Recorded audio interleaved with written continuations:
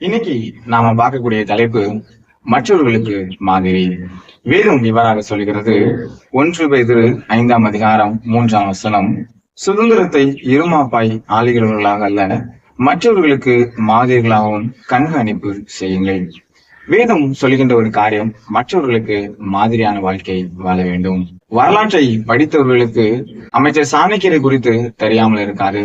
மிகவும் புகழ்பெற்ற மன்னனான சந்திரகுப்தரிடம் தலைமை அமைச்சராக இருந்தவர் சாணக்கியர். சாணக்கியருடைய வாழ்க்கை எளிமையும் உண்மையுமாய் இருந்தது. மன்னர் ஒரு நாள், நம்முடைய பகுதியில் இருக்கின்ற ஏழை எளியவர்கள் குளிரில் வாடிக்கொண்டிருக்கிறார்கள் என்பதற்காக அவர்களுக்கு போர்வை வாங்குகின்ற பொறுப்பை அமைச்சரிடத்திலே கொடுத்திருந்தார். அமைச்சரும் அதற்கான தொகையை வாங்கி கொண்டு ஏழைகளுக்கு கம்பிளி போர்வையை வாங்கி தன்னுடைய வீட்டிலே அடுக்கி வைத்திருந்தார். இதை அறிந்த திருடர்கள், இந்த போர்வையை நாம் எடுத்து தொலைதூரத்திற்கு கொண்டு போய் விற்றால் நாம் காசாக்கி விடலாம் என்று நினைத்தவர்கள் சாணக்கியருடைய வீட்டிற்குள்ளே இரவிலே வந்தார்கள். இரவிலே வந்த அந்த திருடர்களுக்கு ஒரு பயங்கரமான ஒரு அதிர்ச்சி இருந்தது.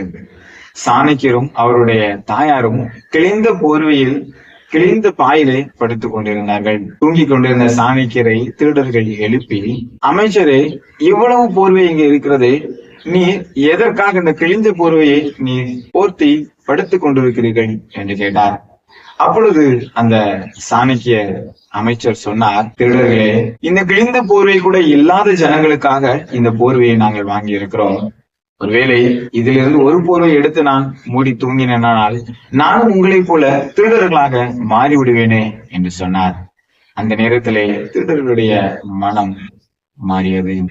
பெரியமானவர்களே, இன்றைய தலைமைத்துவத்தில் இருக்கின்ற நாம் எப்படிப்பட்ட முன்மாதிரியாய் வாழ்ந்து கொண்டிருக்கிறோம்? கிறிஸ்தவ தலைவர்களுக்கும் அவர்களை கண்காணித்துக் கொண்டிருக்கின்ற மக்களுக்கு முன்பாக மாதிரிகளாய் வாழ வேண்டும். நாம் எப்படிப்பட்ட மாதிரிகளாய் இருந்திருக்கிறோம் என்பதை சற்று நிதானித்து பார்ப்போம். வேதம் அழகாக சுட்டி காண்பிக்கிறது.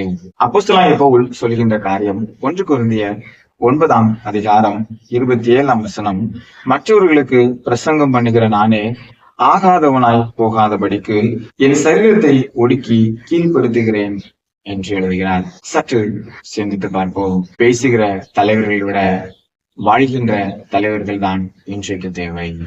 கர்த்தர் உங்களை ஆசீர்வதிப்பாராக. ஆமென்.